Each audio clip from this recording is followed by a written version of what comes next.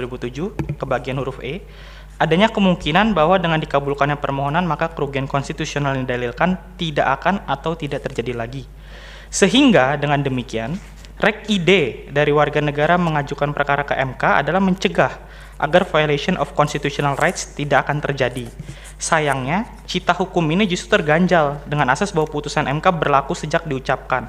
Substansi pasal yang bertentangan dengan konstitusi, namun diberlakukan sebelum adanya putusan MK, tidak dapat dihentikan. Contohnya perkara yang diajukan Egy Sujana dalam putusan 13 tahun 2006 yang diputus pada 6 Desember 2006, di mana dikabulkan sebagian, namun pada 22 Februari 2007, PN Jakpus tetap memvonis Egy bersalah dan menjatuhkan hukuman 3 bulan penjara dengan masa percobaan 6 bulan, meskipun Egy mengantongi putusan MK.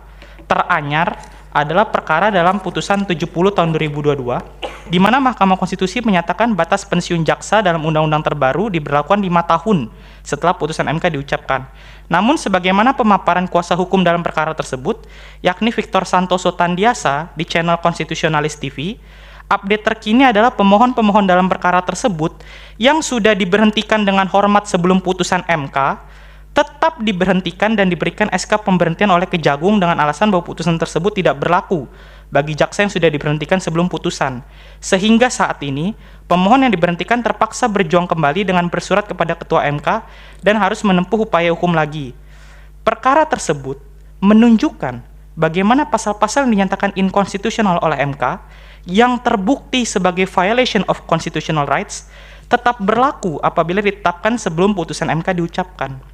Hal ini sama saja menunjukkan kesia-siaan bagi pemohon yang berjuang mencari keadilan di MK, karena tidak menjamin kerugian konstitusional yang dideritanya akan otomatis terhentikan. Pemohon tetap harus berjuang menempuh upaya hukum lain seperti perkara 70, atau legowo menerima hukuman seperti Egy Sujana karena tetap divonis bersalah hingga tingkat PK. Untuk apa mencari keadilan ke MK jika toh pada akhirnya sekalipun perkara tersebut dikabulkan, pasal inkonstitusional akan tetap berlaku bagi pemohon.